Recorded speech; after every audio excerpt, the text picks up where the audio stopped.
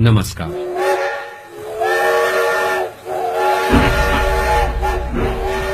चाइनाको छुकछुके rail नेपालको दैलोमा। तर यो रेल सेवा जुन दिन नेपालसम्म पुग्छ त्यही दिनबाट नेपालको विकासले तीव्रता लिने कुरामा दुई मत छैन। कारण एक, चीनिया पर्यटकहरूसँगै त्यहाँको उत्पादन सजिलै नेपाल भित्रिन्छ, जसको बजार नेपाल मात्र नभएर भारतको बिहार पनि हुनेछ भने त्यसको फाइदा चाइनालाई मात्र होइन नेपाललाई पनि त्यति नै हुने पक्का छ। कारण दुई, रेलमार्गसँगै मोटर बाटोको पनि निर्माणले गति लिन्छ, जुन नेपालको लागि 100% फाइदा नै हो।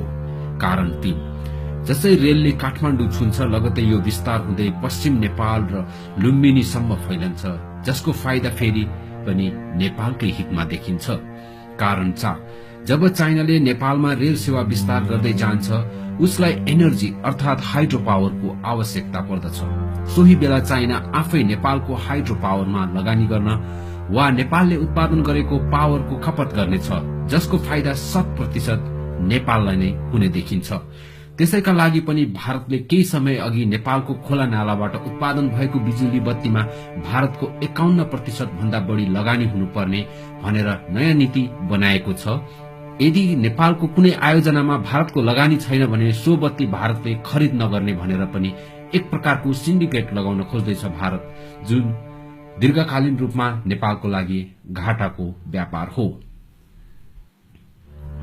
कारण 5, जसै नेपालभर रेल र मोटर बाटो बन्नेछ त्यही बेला नेपालका हरेक उत्पादनले अन्तर्राष्ट्रिय बजार पाउनेछ, जसको फाइदा नेपाललाई नै हुने पक्का छ। कारण 6, जसै नेपालका हिमाली भेगदेखि तराईका बाटोहरू रेल र मोटर बाटोले छुन्छ, भारतको बिहारको 80% भन्दा बढी बजार चाइनाले लिनेछ, जसको प्रत्यक्ष घाटा भने भारतलाई पर्ने देखिन्छ र यसको फाइदा भने नेपाललाई नै हुने देखिन्छ। कारण 7, नेपाल र भारतको खुला सिमाना भएका कारण चिनियाहरूले आफ्नो उत्पादनको बजार नेपाल छिराएर भारतसँग व्यापार गर्ने यो भन्दा राम्रो उपाय अर्को नहोला। यसमा पनि चाइना र नेपाल दुवैलाई राम्रो फाइदा हुने देखिन्छ। मतलब चिनिया बजार नेपालको लागि अर्को मुख्य थलो बन्नेछ। यो रेल सेवा विस्तार विरोध किन गर्यो भारतले? हो, त्यसैले यी माथि उल्लेखित नेपाल र चाइनालाई फाइदा अनि भारतको नोक्सान हुने देखेर आजको दिनमा भारतको टाउको दुखाइ भएको हुनुपर्छ। यही विकासको तीव्रता रोक्न होस् या नेपाललाई आफ्नो अधीनमा राखेर चाइनाको यो बजार विस्तारलाई रोक्न प्रयास गरेको देखिन्छ भारतले।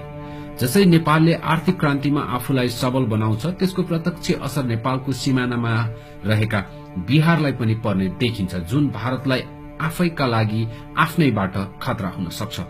चाइनाको रेलमार्गबाट चीनिया सैनिकले भारत घेर्ने भन्दा पनि छिमेकी देशले गरेको प्रगतिको असर भारतको केही प्रान्तमा पर्ने देखिन्छ, जुन भारत आफैलाई आफ्नैबाट खतरा हुन सक्छ।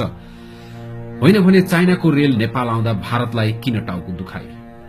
चाइनाले नेपाल जोड्नको लागि रेल सेवा विस्तार गर्ने योजना बनाएको दिनदेखि भारतीय मीडियाकर्मी र केही भारतीय विश्लेषकहरूको निन्दा हुनेको छ। चीन से तिब्बत और तिब्बत से नेपाल होते हुए सीधे बिहार से लगी हिंदुस्तान की सरहद तक आ जाएगी। त्यसो त आजको दिनमा संसारमा सबैभन्दा लामो दूरीको रेल सेवा निर्माण गरेको चाइना आजको दिनसम्म आइपुग्दा 20,000 किलोमिटर भन्दा बढी बुलेट ट्रेन सञ्चालन गरेको चाइनाले आगामी 15 वर्षभित्र 45,000 किलोमिटर द्रुत गतिका रेल सेवा सञ्चालन गर्ने तयारीका साथ अघि बढ़िरहेको छ भने पक्का पनि चाइना रेल सेवाले नेपालको हिमाल पहाड़ तराई पनि छिचोल्नेछ, जुन आम नेपालीहरूको मुहार फेर्न विकासको ठूलो ढोका हुनेछ। जति बेला 1962 मा चाइनाले भारत आक्रमण गर्यो त्यो बेलादेखि कब्जा गरिएको भारतको 100 किलोमिटर भूमिको विवादमा आजसम्म पनि टुंगिएको छैन। भनिन्छ अगुल्टोले हानेको कुकुर बिजुली देख्दा तर्सिन्छ। हो, आज भारत चाइनासँग त्रसित हुनुको अर्को मुख्य कारण पनि यही हो। कुनै दिन यही रेलमार्ग भएर चीनिया सैनिकले भारत घेर्न समय लाग्दैन। यदि त्यस्तै अवस्था सिर्जना भयो भने नेपालले पनि ठूलो घाटा बेहोर्नु पर्ने देखिन्छ। हुन त नेपाल भारत सदैवदेखिको भाइ भाइको सम्बन्ध मात्र होइन, हाम्रो धर्म संस्कृति अनि भाषाले पनि हामी धेरै नजिक छौं। तर भारत नेपाल भन्दा निकै ठूलो छ, जसको रवाब भारतीयहरू नेपाल एउटा सानो देश भनेर आफ्नो इशारामा नचाउन खोज्छन्, जुन आजको 21औं शताब्दीमा असम्भव छ। चाइनाले यो रेल सेवा तिब्बत हुँदै नेपाल छिराउने अनि बिहारलाई जोड्ने कुरा लिएर भारत त्रसित भएको हो। चाइनाले जहाँ सड़क छ त्यहाँ रेल सेवा पनि विस्तार गर्दै जाने योजना अनुरूप अब चाइनाको रेल नेपाल आउने त भयो नै, सँगै सड़क बाटो पनि बन्ने भयो भनेर झन बढी त्रसित छ भारतीय। हालको नेपालको विकास क्रमलाई हेर्ने हो भने चाइनाले नेपालका लागि पहिले भन्दा धेरै बढी सहयोग गरिरहेको छ र विकास निर्माणको कामलाई पनि तीव्रता दिइरहेको छ। हो, यसैमा भारतको टाउको दुखाइ शुरू भएको हो। एक त भारत नेपाललाई अंग्रेज जस्तै गरी शासन गर्न चाहन्छ भने अर्कोतिर चाइना र नेपाल सम्बन्ध बीच सधैँ तगारो बन्दै आएको देखिन्छ। जति बेला भूकम्पले थलो परेका नेपालीमाथि भारतले एकतर्फी नाकाबन्दी गरेर देश र जनताको दैनिक जीवन अझ कष्टकर बनाएको दिनहरू नेपालीहरूको मनमा आज पनि खिल बनेर बसेको छ, जुन कुरा भारत अझै पनि सामान्य रूपमा लिने गर्दछ। नेपालको हरेक विदेश नीतिदेखि अन्तर्राष्ट्रिय सन्धि सम्झौता गर्न जब नेपाल अघि बढेको हुन्छ त्यही बेला भारतले नेपालमाथि आफ्नो अधिकार जमाउन अनेकौं रणनीति अघि सार्ने गर्दछ। यदि कुनै निर्णयले नेपालको भलो हुनेछ भने जुन सरकारले त्यस्ता प्रस्ताव अघि सार्छन् त्यही सरकारको कुर्सी तान्ने खेलमा भारत सधैँ अघि भएको देखिन्छ। नेपालको खोला होस् या अन्य विदेशी सम्झौताहरू हरेक पल्ट भारत नेपाल विरुद्ध उभिएको छ। जति बेला भूकम्पले नेपाली जनताको घर ढले, लाखौं मानिस घरबार विहीन भए, हजारौं मानिसको ज्यान गयो, नेपाल तंग्रिँदै गर्दा भारतले नेपालको संविधानको न्यूमा एकतर्फी नाकाबन्दी लाएर कष्टकर जीवनमाथि अझ कष्टकर थपिदियो।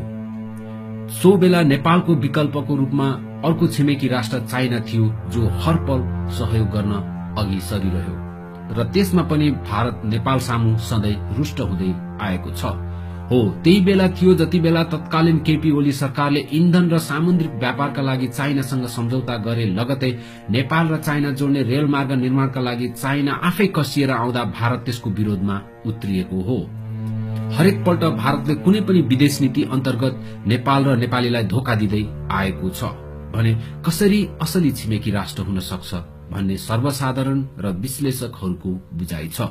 त्यसो त भारतले नेपालको खोला नाला मात्र कब्जा जमाउन खोजेको होइन कि देश नेपाल रहे पनि शासन सत्ता आफ्नो इशारामा होस् भन्ने चाहन्छ, जुन नेपाल र नेपालीको हितमा छैन। जसको उदाहरण हाल मधेस आन्दोलनलाई मुद्दा बनाएर नेपालमाथि गरेको नाकाबन्दी अनि संविधान संशोधनमा भारतको हस्तक्षेप नै प्रमुख कारण छ कि भारत नेपालको असली छिमेकी राष्ट्र होइन भन्ने बुझेका छन् नेपालीहरूले।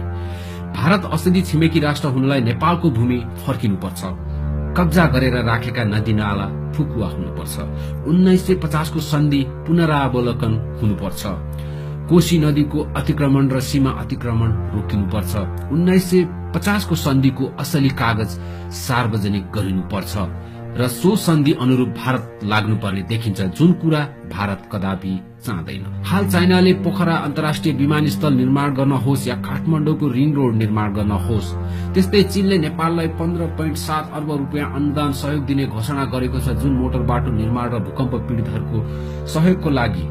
यो त नेपाल र नेपालीको हितको काममा सहयोग पुर्याउने जो कोहीलाई नेपाली जनताले सम्मान स्वरूप हेर्ने गरेका छन्। समग्रमा हेर्ने हो भने अहिलेको यो अवस्थामा चाइनाले नेपालप्रति देखाएको मित्रता जुन विकास निर्माणका लागि छ, यही कुरालाई भारतीयहरू आफ्नो सुरक्षा चुनौतीका रूपमा व्याख्या गरेर चाइना नेपाल सम्बन्धमा चिसो हाल्ने काम गरिरहेका छन्। जाहिर है चीन के मेगा रेलवे नेटवर्क के नेपाल में आने की आहट मात्र से नेपाल में जश्न है। उन्हें बताया और समझाया जा रहा है कि एक बार चीनी रेल आपके देश में पहुंच गई। तर भारत यो किन बुझ्दैन कि चाइनाले हालको अवस्थामा आफ्नो व्यापारलाई विश्व बजारमा पुर्याउनका लागि पनि यो रेल सेवाले महत्वपूर्ण भूमिका खेल्छ भनेर नै यो रेल सेवा विस्तार गर्दैछ। तो आपकी मुश्किलें आधी हो जाएंगी, आप कारोबार कर सकेंगे, आपका पैसा बचेगा। हकीकत यह है कि चीन नेपाली जनता को ये समझाना चाह रहा है कि अब भारत तुम्हारा बिग ब्रदर नहीं है, अब चीन तुम्हारा बड़ा भाई है। जुन दिन चाइनाको रेल सेवा नेपाल पुग्नेछ त्यही दिन नेपाल पनि चाइनाको व्यापारका लागि अर्को एउटा मुख्य पोइन्ट हुनेछ। जति बेला चिनिया बजारले भारतको 20% भन्दा बढी बजार ओगट्नेछ। यदि यही विकास निर्माणको काम हिजोको दिनमा भारतले नेपालमाथि गरेको भए आज भारत त्रसित हुनुपर्ने अवस्था थिएन। न त उसले आफ्नो भलो गर्यो न त छिमेकी राष्ट्रको नै भलो हुन दिन्छ। अन्तमा नेपालीहरूको बुझाइ भनेको चाहे भारत होस् या चाइना, जसले जे जति दिउन् या गरून्, तर हामी हाम्रो नेपाल, हाम्रो स्वाभिमान ढल्न दिने छैनौं।